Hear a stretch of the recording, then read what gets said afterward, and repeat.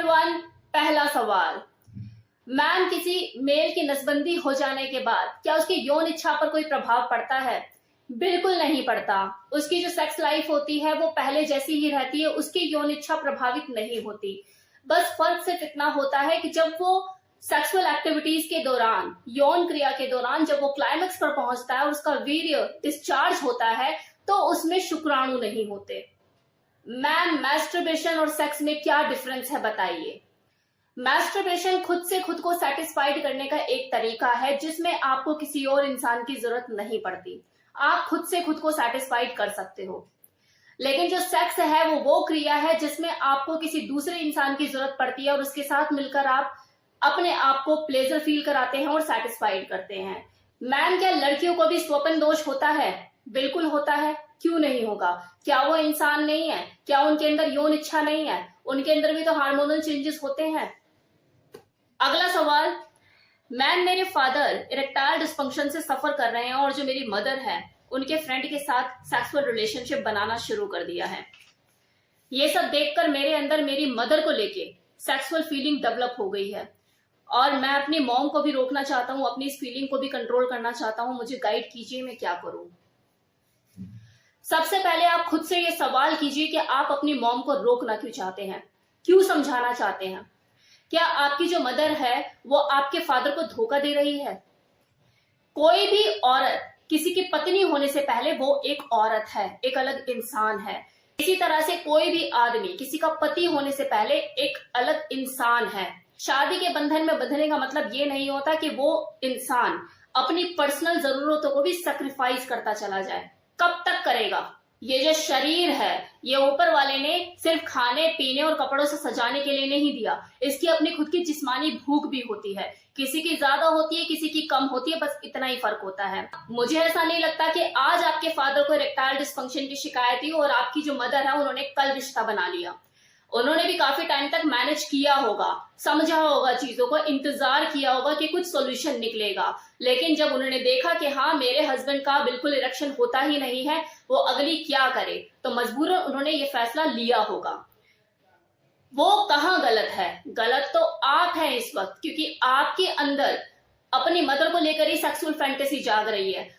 उन्होंने अपनी फिजिकल जरूरतों को पूरा करने के लिए आपको तो निशाना नहीं बनाया ना कि चलो घर में बात रह जाएगी और मैं अपने बेटे के साथ ही सेटिंग कर लेती हूँ। उन्होंने किसी दूसरे इंसान के साथ रिलेशन बनाया ना, तो उनको समझने की क्या जरूरत है? वो तो समझदार है। यहाँ पर समझने की जरूरत आपको है कि जीने दो उनको अपनी जिंदगी। और अगर आपके अंदर ऐसी सेक्सुअल फैंटेसी उनको लेकर आ रही है तो यू शुड कंट्रोल योरसेल्फ। वो आपकी मदर है, आपकी गर्लफ्रेंड नहीं। आपकी उम्र है गर्लफ्रेंड बनाने की, जाओ बाहर गर्लफ्रेंड बनाओ, अपनी मॉम के ऊपर उंगली उठाने की बजाय। अगला सवाल, मैम जैसे कोई मेल मैस्टरबेट करते समय किसी फीमेल को इमेजिन करते हैं, क्या फीमेल भी मैस्टरबेट करते हुए किसी मेल को इमेजिन करती है? बिल्कुल, इमेजिन करे बिना तो बात ही नहीं बनेगी ना, करती हैं वो भी। Ma'am your Hindi, your Urdu, your English is so fantastic, सभी में आपकी कमांड है? नहीं, ऐसा तो बिल्कुल नहीं है। इंग्लिश पे तो मेरी कोई कमांड नहीं है। इनफैक्ट मेरी प्रोनाउंसिएशन में बहुत बार गलतियां हो जाती हैं और कभी था ऐसा टाइम जब मेरी इंग्लिश बहुत अच्छी हुआ करती थी, लेकिन अब तो ऐसा कुछ भी नहीं है। अगला सवाल, मैम ये बताओ कि अलग अलग स्टाइल में सेक्स करने से क्या किसी फीमेल का रिप्रोडक्टिव सिस्टम खराब हो जाता है? फीमेल बॉडी कुदरती बहुत ही ज्यादा स्ट्रेचेबल और फ्लेक्सिबल होती है, तो डिफरेंट स्टाइल में सेक्स करने से उसका रिप्रोडक्टिव सिस्टम खराब नहीं होता। लेकिन अब इसका मतलब ये नहीं है कि आप पंखे पे लटकाकर उसके साथ सेक्स करोगे, उसे हवा में उछालना शुरू कर दोगे। आपको उसके कंफर्ट को भी ध्यान में रखना होगा। और खासकर प्रेगनेंसी के दौरान और आफ्टर प्रेगनेंसी आप सुपरमैन नहीं बन सकते। आपको वहां पर अपने जोश में होश नहीं खोने होते। कुछ गिने चुने पोजेस होते हैं, उन्हीं पोजेस के साथ आप सेक्स कर सकते हो ताकि उस दौरान उसके रिप्रोडक्टिव सिस्टम में कोई दिक्कत ना आए। तो यहाँ पर आपको थोड़ा सा ध्यान देने की जरूरत है। अब अगला सवाल, मैम साइकोलॉजिकल ईडी और फिजिकल ईडी में क्या डिफरेंस है? साइकोलॉजिकल ईडी का मतलब होता है वो साइकोलॉजिकल रीजन जिसकी वजह से किसी मेल के जेनिटल में इरेक्शन नहीं होता, उसका पीनस खड़ा ही नहीं हो पाता। वो साइकोलॉजिकल रीजन कुछ भी हो सकते हैं, लाइक मेंटल प्रेशर है, स्ट्रेस है, एंजाइटी है, डिप्रेशन है। तो ये सारे फैक्टर रिस्पॉन्सिबल होते हैं साइकोलॉजिकल ईडी में। इसी तरह से फिजिकल ईडी, फिजिकल ईडी मतलब वो फिजिकल रीजन जिसकी वजह से किसी मेल के जेनिटल में इरेक्शन नहीं हो पाता है। हो सकता है वो डायबिटिक पेशेंट हो, क्योंकि जितने भी डायबिटिक पेशेंट होते हैं उनको कहीं ना कहीं आगे जाके इरेक्टाइल डिस्फंक्शन की शिकायत भी रहने लग जाती है। अगला अगर मोटापे का शिकार है, ओबेसिटी है, तो ऐसे लोगों को भी इरेक्टाइल डिस्फंक्शन की शिकायत होती है। कोई बीपी का मरीज है, उनके साथ भी ये प्रॉब्लम होती है। कार्डियोवास्कुलर डिजीज है, ब्लड फ्लो नहीं हो पाता प्रॉपर पूरी बॉडी में, तो वहां भी ये दिक्कत होती है कि उनके जेनिटल में इरेक्शन नहीं होता। तो ये डिफरेंस होता है। मैम आप अपनी हर वीडियो में ऑलिव ऑयल को ही बोलते हो कि ऑलिव ऑयल से मसाज कीजिए जेनिटल की, कि हम किसी और तेल से मसाज नहीं कर सकते। बिल्कुल कर सकते हो, खाना तो किसी भी तेल में बनाया जा सकता है ना। कोकोनट ऑयल में भी खाना बनता है, सरसों के तेल में भी बनता है और ऑलिव ऑयल में भी बनता है। ये अपनी आपकी पर्सनल चॉइस होती है, आप कोई भी तेल यूज कर सकते हो। लेकिन ऑलिव ऑयल मैं इसलिए बोलती हूँ क्योंकि वो स्पेशल मसल्स को स्ट्रेंथ प्रोवाइड करता है। ये सवाल मुझसे हर बार कमेंट सेक्शन में पूछा है, कोई है जो बार बार पूछ रहे हैं और मैं हर बार जवाब देना भूल जाती हूँ। इस बार मैंने सोचा यार इसका जवाब दे ही दूंगी। सवाल है कि इंडियन औरतों की वजाइना इतनी काली और बदसूरत क्यों होती है। इस तरह से देखा जाए तो जो इंडियन मेल है उनका प्राइवेट पार्ट भी तो काला और बदसूरत होता है।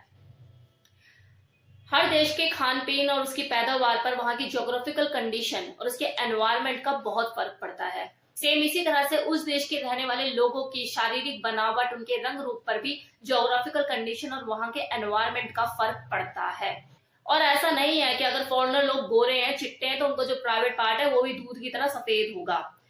19-20 का असर तो उनको भी पड़ता है। बस फर्क सिर्फ इतना है कि अगर वो गोरे हैं तो वो उनका जो प्राइवेट पार्ट है थोड़ा ब्राउन होगा, और हम लोग क्योंकि ब्राउन है तो हमारा जो प्राइवेट पार्ट होगा वो थोड़ा सा काला हो जाएगा। और दूसरा रीजन कि जो पीनस और जो वजाइना है ये बॉडी पार्ट का वो हिस्सा होता है जो 24 घंटे ढका हुआ रहता है। गर्मी हो, सर्दी हो, बरसात हो, ह्यूमिडिटी हो, आप उसे ढक कर ही रखते हैं। ज्यादा गर्मी हुई, पसीना आ रहा है, लाइट गई हुई, आप सैंडो उतार देंगे, लेकिन पैंटी या फिर अंडरवेयर तो नहीं उतार सकते ना। तो जब वहां पर हवा तक नहीं लग रही और जो पसीना जो होता है बॉडी का वो भी एसिडिक होता है, तो वो स्किन क्या होगी, डार्क तो होगी ही ना। और उसके ऊपर माशाल्लाह जो हेयर रिमूवल क्रीम है ये भी स्किन को डार्क करती है। रेजर लोग यूज करते हैं, स्किन डार्क होती है उससे। अगर आप इस वजीना को, इस अपने प्राइवेट पार्ट की स्किन को लाइट करना चाहते हैं, डार्कनेस खत्म करना चाहते हैं, टैनिंग रिमूव करना चाहते हैं, तो इसका सबसे बेहतर तरीका है वैक्सिंग, जो मैक्सिमम लेडीज कराती हैं। लेकिन हाँ, क्योंकि थोड़ा रिस्की होता है, वहां की स्किन थोड़ी सी नाजुक होती है, तो परफेक्शनिस्ट की जरूरत होती है। मैम अगर विदाउट कॉन्डम सेक्स किया जाए और वीर्य को अंदर नहीं गिराया है तो क्या प्रेगनेंसी हो सकती है? जी नहीं, कोई प्रेगनेंसी के चांसेस नहीं है। अगर आप बिना कॉन्डम के सेक्स करते हैं और आपके टाइमिंग इतने अच्छे हैं कि क्लाइमेक्स के टाइम पर पहुंचकर आप बाहर निकाल लेते हो, बाहर डिस्चार्ज करते हैं, तो कोई प्रेगनेंसी के चांसेस नहीं है। लेकिन हाँ, इससे और सेफ होने के लिए आप एक काम और कर सकते हैं कि जब भी आप अपना पीनस बाहर निकालें और बाहर डिस्चार्ज करें तो अपनी वाइफ को इमीडिएट यूरिन करने के लिए बोलें, ताकि अगर कुछ 1-2 ड्रॉप गलती से अगर गिर भी गया है अंदर तो वो यूरिन के थ्रू इमीडिएट बाहर निकल आए। और आपने ये भी पूछा है कि विदाउट कॉन्डम सेक्स के मजे कैसे लिए जा सकते हैं। तो देखो, सबसे बेस्ट तरीका तो यही है जो आप कर रहे हो। इसके अलावा जब कोई लेडी पीरियड्स खत्म होती है तो उसकी 7 डेज तक बिल्कुल सेफ है, आप बिना कॉन्डम के आप सेक्स कीजिए, कोई दिक्कत वाली बात ही नहीं है। मैडम मेरी टाइमिंग 30 to 40 मिनट्स की है, जिस कारण मेरी जो बीवी है भुनभुनाती रहती है। जब भी मैं सेक्स करता हूं तो मना कर देती है, कुछ उपाय बताओ, क्योंकि मार्केट में भी टाइम बढ़ाने वाली दवाई मिलती है, मैं क्या करूं। आप जो प्रॉब्लम फेस कर रहे हैं, जो अपनी परेशानी बता रहे हैं, इसे कहते हैं डिलेड इजैकुलेशन। तो आपकी बीवी तो भुनभुनाएगी ना, तो बोलेगी यार खत्म करो, कब तक करोगे, छोड़ो। तो देखो, ये प्रॉब्लम होती है कुछ लोगों के साथ कि कुछ का तो ऐसा होता है जल्दी डिस्चार्ज होता है और कुछ लोगों का ऐसा होता है कि डिस्चार्ज ही काफी लेट होता है। दोनों में फीमेल को तो परेशानी होती ही है। इसके ऊपर मैं वीडियो बनाऊंगी, डिलेड इजैकुलेशन के ऊपर, ये टॉपिक है, तो आप वीडियो का वेट कीजिए। तो ये था सवाल जवाब एपिसोड इस वीक का। उम्मीद करती हूँ आपको आपके सवालों का जवाब मिला होगा। और एक चीज मुझे आपसे कहना है कि आप जो भी मुझे सवाल करते हैं ना, ये जो मेरी अब ये वीडियो अपलोड होगी ना सवाल जवाब की, जो आप देख रहे हैं आप, तो इसी वीडियो के कमेंट सेक्शन में जाके आप सवाल किया कीजिए, जो भी मेरी लेटेस्ट सवाल जवाब वीडियो डलती है। क्योंकि मैं डायरेक्टली जब वीडियो बनाने जाती हूँ तो मैं वही कमेंट सेक्शन के सवालों को लेती हूँ। So thank you so much.